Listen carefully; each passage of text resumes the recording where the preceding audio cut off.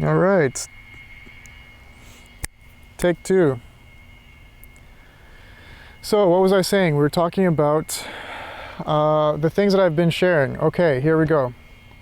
So, I have shared things in my life that were very personal, and that was because I could not find myself, so to speak. So, like I had said, I felt like I was in a fog. I didn't have an identity. And so I decided to express and externalize every thought and every emotion and every event in my life. And somehow that almost was supposed to act like a mirror. It was like bouncing reflections off people. Whatever I put out there, it would come back and it would let me know who I am, what I am, and maybe out of that I could construct something.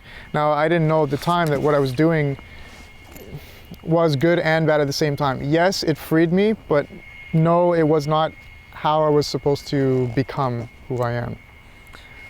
Ultimately, becoming who you are is by facing yourself, by putting yourself in adversity, by going out there, by braving life, by willingly accepting the danger of trying something new and learning other things, you know? Doing things we don't like. These things are what I believe brings you to self-becoming. However, the personal things that I had talked about and wrote about were things like my attempted suicide, even the breakups that I've had in my life. My girlfriend, when I was in Vancouver, she and I had quite the it was the longest relationship of my life. We had a solid 3 years, and I hurt her, she hurt me, I hurt me ultimately. And yeah, I wrote about that as well. So you can see how ultimately those things are so private that you're not really gaining any integrity. In fact, you're losing integrity because you're sharing things that are intimate.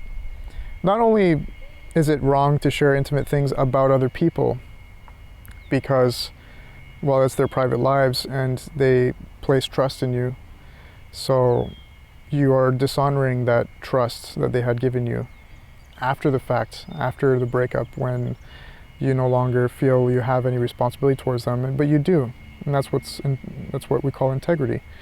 So you know, that is something that I've learned, and but it's the same thing when it comes to your own personal life. If you share things about your life that are intimate and personal, you damn well better be sure that it's for a very, very specific reason that's, you know, helping you get somewhere. But other than that, I wouldn't share too much that's personal, because it's integrity.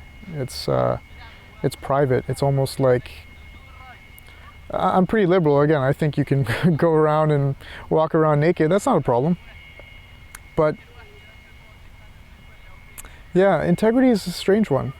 You need to, in my opinion, keep some things secret, not because the world doesn't really treat you well if you share things or all that kind of stuff, or for fear of how people are going to see you. It really is out of strength. It's almost like it takes strength not to tell people everything about yourself. I know it's strange because I think the opposite is what people usually experience. As far as the majority anyway, it really seems like people are afraid to share things in life, which is strange. But my experience comes from the opposite extreme. Wow. No, it's cool. This Arabic couple that's on their bike, and I'm just like, I haven't heard Arabic in a while. I love that language. So, yeah, I think there's something about strength that makes it so that you're not going to share things about your life to the world. And I don't see that very much. I see a lot of weakness. I see people exploiting their own lives by putting it online. And that's partially why I was uncomfortable with being seen as a vlogger, because that's not what I'm doing. That's not what I want to do. It's not how I see myself in terms of value. I don't value myself in those ways. I think that devalues me. So, you know, it's an interesting road to learn. So if I'm diametrically opposed to people who in fact see it the other way around, they say, well, no, I should free myself and share it to the world. I would say, yes, that's true as well, but there's limits. There's a sort of balance. There's a point of balance between the two that I think is the ultimate ideal.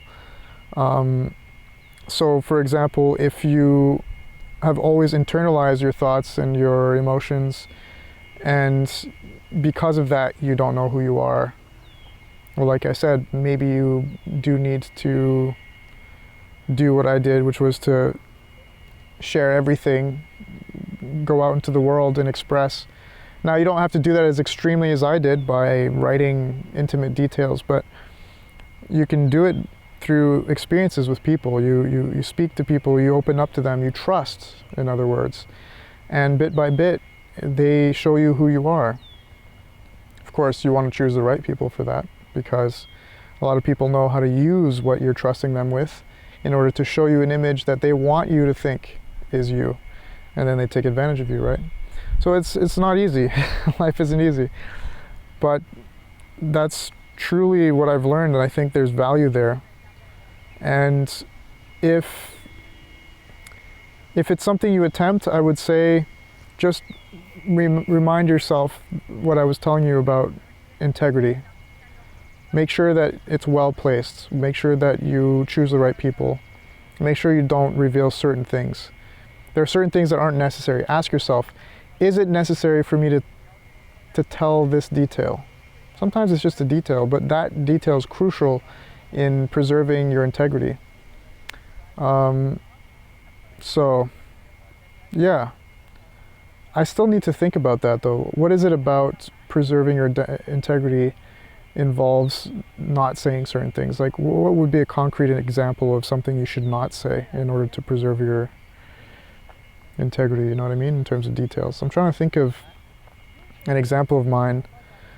So like that suicide thing comes to mind, for example. I had,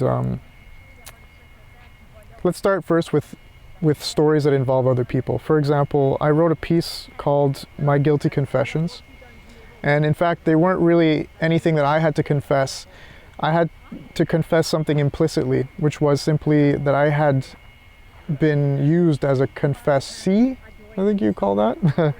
So basically, there was 3 scenarios in my life. Actually, there's way more, but the 3 main ones that really impacted me were when people came up to me and confessed their very grave crimes, or sometimes it wasn't a crime, sometimes it was something deep, like someone told me they wanted to commit suicide, and they did it too.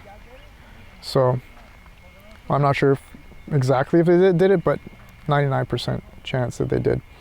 Anyway, the point is, in order to have integrity, I made sure that those people could never be found, or nobody could insinuate, you know, if we had a mutual friend or something like that, nobody could say, oh, I know who he's talking about, you know. So that right there would be the integral part to preserving integrity, right? Not divulging information about someone else's intimate confessions. But just as a bit of a digression, I'll let you know that I had to confess that because people, when they come to you and they tell you something deep like that, it's a weight. It's almost like they're taking some of the weight off their back and putting it on yours. And I had needed to express that. I had never realized it until that day. I had this whole epiphany type, maybe a solid 6 months of just revelations, and just things were coming out. It was crazy. So yeah, that digression aside, that's a good example of preserving integrity when it comes to other people's intimate things. When it comes to your own personal integrity, when I had written that piece about my suicide attempt, I wonder what it is that I said that was a detail I should have kept for myself.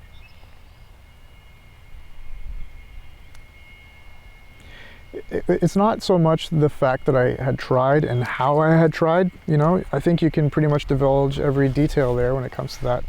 It was probably more why. Why is it that I was trying to commit suicide? You know, if I express why to the public, yes, I need to express it in general so that I can understand it. That's why we speak, that's why we do art. If you externalize something, then you see it and you realize, okay, so that's what's inside here and here in my heart and in my mind. Then you can work with it better, you can understand yourself better, right? But does someone else need to know why? Not really. If they know why you tried to commit suicide, or why I tried, that doesn't bring them anything of value, one, I would say. It might, sure, it could. Maybe they're going through the same thing and they would have benefited from knowing why you did something. They'd say, hey, look, that's the same reason I wanted to commit suicide or want to. And then, yeah, you end up helping them in that process. But I still think that that would be trading your integrity for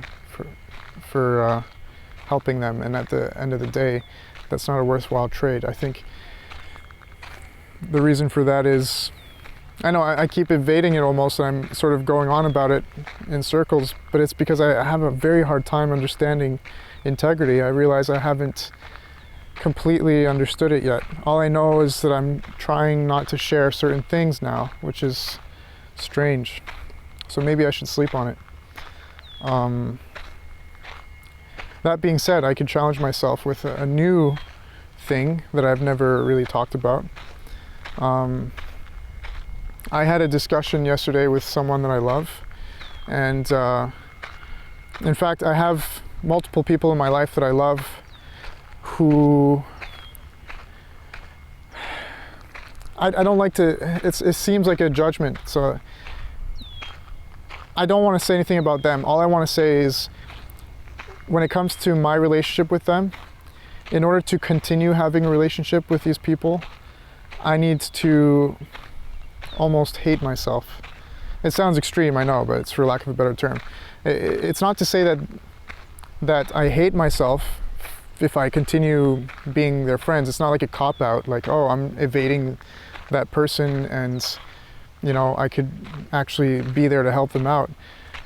I think when you try to help someone out, it's not your responsibility to force them into it. If they don't want help, or if they don't admit that they need help, and you see clearly, well, you do because you're hurting me, and you don't see that as hurting me, and you're not accepting that that is hurting me, then all you can do is love yourself and walk away. So that it's a strange shame. It's a strange event, and it's a shame because you love the person. There's nothing about them that you hate. Even the very thing that they're experiencing that's sort of putting a wedge between the two of you, you don't hate that either. So what do? You know what I mean? Like, I know people like that romantic idea of, hey, you know, stick to the ends, you know, be there for people no matter what. And it's like, God, if you jump in to a black hole after someone you love and you're both in hell, what's the point of that? You know what I mean?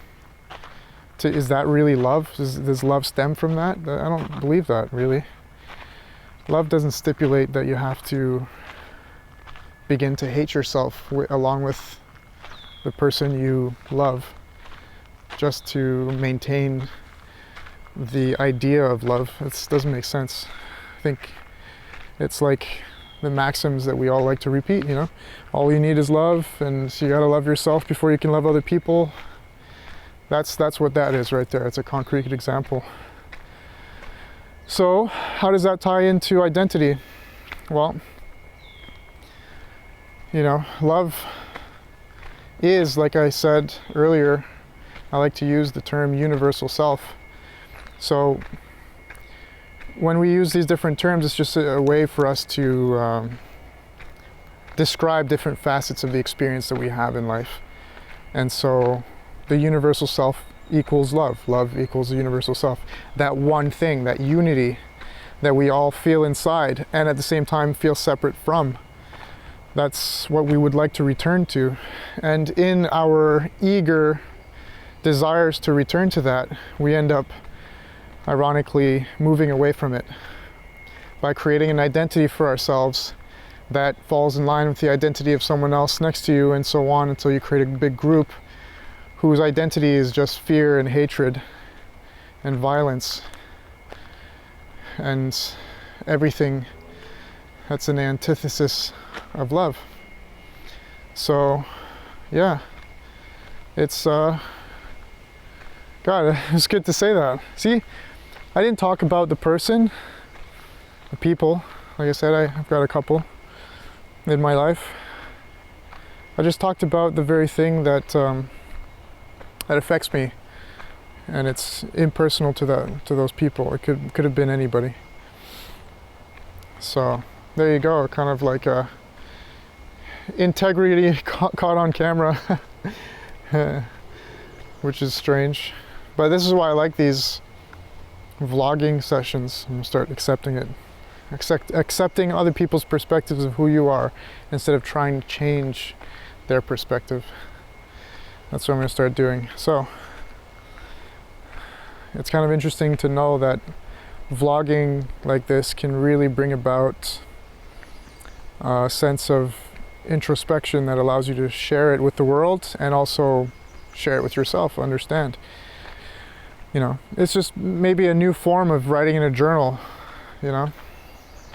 I'm gonna go this way. See what this, another trail I haven't gone through yet. So yeah, how do you deal with the pain, the suffering of, like, it's kind of strange because I just realized everything that I'm talking about, could it really be all that there is? Just, it all boils down to identity, and we're trying to reconcile our universal self with our sense of separateness as human beings. Could that really be why we love in the strange ways that we do, by hating ourselves? It seems too simplistic, but that seems to be the conclusion that I've come to so far. Ah, there's a field here. A nice soccer field in a school. Okay. No more trail there though. So yeah, race, identity, love, integrity. I think this has been a pretty good podcast so far. I think really I've covered a lot of ground that I didn't think I would cover. And it's ironic how you don't really go into a vlogging session like this really with a plan in your head. You just want to at least have an arc, have some kind of cohesive story or something to say or share. But then you end up sharing multiple things, and then they can all get interweaved. They all sort of connect to one idea. It's kind of like a spider web. You're just, spinning different elements of your soul into one grand idea or feeling or emotion. Which is why it's nice to take the time to do this. We are in a pandemic, and it's kind of interesting because we thought that they had short attention spans, but they clearly don't. We can sit there and listen to 3-hour podcasts. We can binge watch series, and we can sit there for hours on end watching other people play video games, or even just talk like this, on platforms like what's called video.me or something like that. And it's even Plenty of Fish and all these dating websites. They have like video platforms where people are just sitting there in their room smoking weed, talking, just being there as if you're just hanging out with them in their room as well. And they make money this way. That's how much people are either starved for attention or connections. You know, we like to judge these people. I do, I'll be honest about that. A lot of the time I judge them. I'm like, God damn, like, you're really starved for attention? Like, that's crazy. But ultimately, I think it's more so that they're starved for connection. And people are willing to do strange things to feel like they have a good connection with other human beings. I think maybe they will realize later on that you don't need to plug yourself in where thousands of people could be watching you at once, and that ups the probability of you connecting. It doesn't work like that. You know, as we like to repeat like parrots, quality, not quantity. Well, it seems to be the truth. It applies to everything. If you do the work, if you connect to yourself first and foremost, it allows you to connect with other people. And if you connect with other people, you can do the work. It doesn't need 5,000 people. You just need one person. Sometimes it's yourself, sometimes it's an animal, sometimes it's a craft, it's an art. And you connect to it, you do the work. You face your fears, you share things, you trust. And of course you do all of that while trying to maintain your integrity. And there you go, it seems to be like the recipe for connection. So I wouldn't do anything else but just sort of vlog like this. Again, I feel like it's almost an art form, maybe.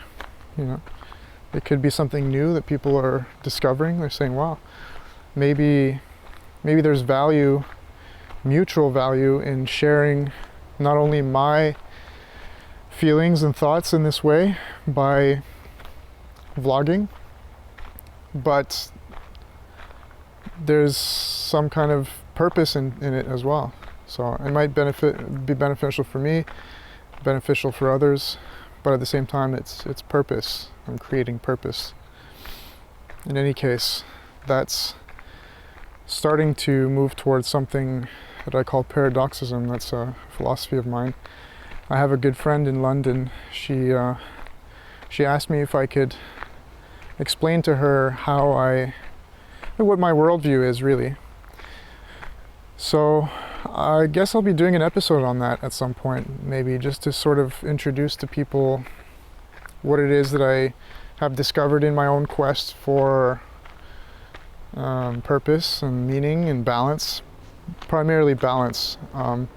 See, I didn't know it at the time. It's kind of strange. It sort of emerged out of chaos. Now, for some who don't know what chaos theory is about, the simple idea of it is that out of chaos comes order. These are very archetypical ideas and notions, concepts in religion and physics, and very fascinating stuff. So in any case, yeah, it was a very chaotic point in my life 3 years ago. It culminated in some very, very intense, dark times, but at the same time, as I was moving out of that, as I was experiencing that, some very good things came out of it. And I didn't know it at the time, but I was creating for myself a system of balance, because I was going from one extreme to the next, always extreme, this way, that way, try to counterbalance myself all the time. And I eventually spun this sort of whole new worldview with the help of my friend and brother, Oliver Golt. He really helped me understand my own philosophy, and he helped me clarify it as well. Really filled in some of the gaps. So yeah, maybe that's something I can speak about next time, because balance ultimately is what leads us to be able to do what I'm doing now. I think there's no need to do us, whatever that means, whether you are a painter or a writer or a hairdresser or a mechanic. It doesn't have to be art. Whatever it is that you do in life, you don't have to do it with some kind of distinguishing feature, right, to mark you out from others so that you somehow feel fulfilled. It's not like you got to be the best mechanic, or you have to distinguish yourself at all when it comes to comparing yourself to other people in order to do this, in order to just appreciate life and fulfill yourself. It's kind of strange that all I'm saying right now really comes down to the fact that you don't want to identify with what you do, but you can use what you do to meditate. Like this is a meditation for me. You don't have to sit there like the Buddha under a tree and reach enlightenment. That's not a prerequisite to enlightenment, I think. We move towards unification, we move towards balance when we meditate. And meditation is to be aware, to be mindful of what it is that we do. That's why some meditations involve actual, I'm in a personal, someone's backyard, it looks like. Interesting how this trail brings you into a backyard. Anyway, you don't have to, you can use what you do in order to meditate, as long as you're mindful of it, as long as you start to pay attention to how you feel and the thoughts that are going through your head. Sometimes, when I'm cooking, I'm not actually thinking at all. I'm just being mindful of what I'm doing in the moment. So it's almost arbitrary, it's trivial what it is that you choose, like activity. Ultimately, everything you do can be a meditation. And I think that's beautiful. It's beautiful. That's why I've never liked, as much as I've striven for, I don't know if you can say that, but as much as I have always strived for an identity of my own, I never liked to be pegged as, well, it's not never actually. I liked to be pegged as the filmmaker. I was the filmmaker. I was the actor, the artist, But I held on to that idea so much that I was anything but. And afterwards I realized I'm much more than that. Those are the things that I use to meditate, to become, to fulfill myself. But there's so much more that we need to do, that we have like feelings. We are like flames of fire. We're like the winds, we want to move in certain directions. And when you stifle those directions or those desires to move in those directions, you're cutting yourself off from that universal self, if you will. So I realized I'm more than just that. And since then, I've never wanted to be identified as just the artist or just the filmmaker, or the philosopher or whatever it is, People like to call me different things, but ultimately I am. It's the simplest, most encompassing term you can use. I am. I breathe. I love. These are the simple things we're all looking for, but yet our human condition brings us dissatisfaction in just saying that. So that's why we manifest that very notion, that concept, that statement of being through our activities, through our ambitions. So it's getting windy now, and I think I've said what I've had to say, so until next time, peace.